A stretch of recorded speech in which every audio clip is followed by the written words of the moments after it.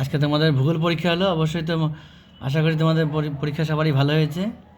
এখান থেকে এবার কিন্তু বড় ছোট সব প্রশ্নই আমার এখানে সাজেশনে কমন পড়েছে। এমসিগুলি একবার দেখে নাও।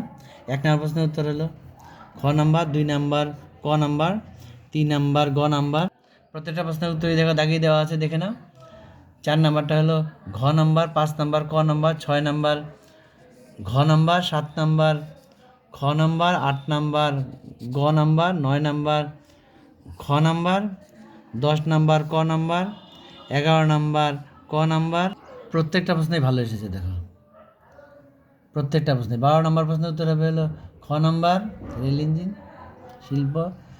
13 নম্বর প্রশ্নের উত্তর হবে মুম্বাইতে, এটা খুব ভালো প্রশ্ন এসেছে। উপগ্রহ চিত্র, এই প্রশ্নটার উত্তর হবে হলো খ নম্বর।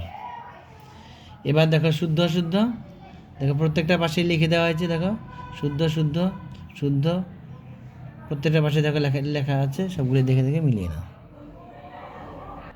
এখানে দেখো শূন্যস্থানের উত্তরগুলি দেখো দেওয়া হয়েছে। এখানে হ্রাস পায় উচ্চতা, তারপরে এখানে লিখবে উপকূলীয় ভূমিরূপ, এখানে লিখবে দক্ষিণ গোলার্ধে, এখানে লিখবে গৌণ জোয়ার, এখানে লিখবে সিএফসি, আর এখানে লিখবে আরাবল্লী পর্বতের পশ্চিমে অবস্থিত হলো থর মরুভূমি, আর এখানে লিখবে হলো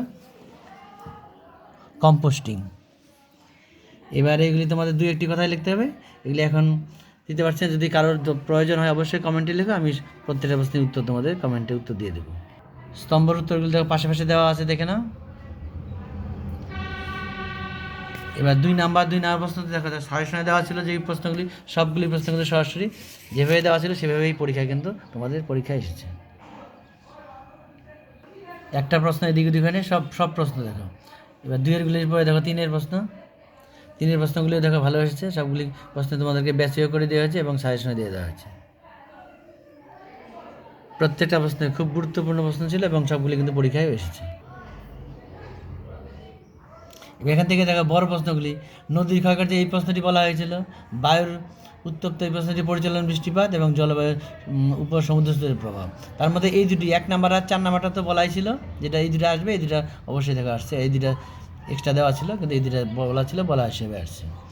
এবার পরের পার্টে দেখো ভারতের জলবায়ুর নিয়ন্ত্রণে এই প্রশ্নটা বলা ছিল, ভারতের চা উৎপাদনে অনুকূল পরিবেশ এটা বলা ছিল, পূর্ব ও মধ্য ভারতের লৌহ শিল্প, এই 3টা প্রশ্ন পরপর বলা ছিল, 3টাই এসেছে দেখো। আর একটা এমনি বলছিলাম দেখা যাওয়ার জন্য এটা এক্সট্রা ছিল। এবার দেখো ম্যাপ পয়েন্টিংয়ের মধ্যে দেখো প্রত্যেকটা ম্যাপ পয়েন্টিং তোমাদেরকে ধরে ধরে করিয়ে দেওয়া আছে, প্রত্যেকটা কিন্তু তোমাদের কমন পড়েছে। প্রত্যেকটা প্রশ্নই দেখো সবগুলি ম্যাপ পয়েন্টিং কিন্তু খুলোই এসেছে, সবগুলোই তোমরা পেয়েছো। কার কেমন পরীক্ষা হয়েছে অবশ্যই কমেন্টে জানিও।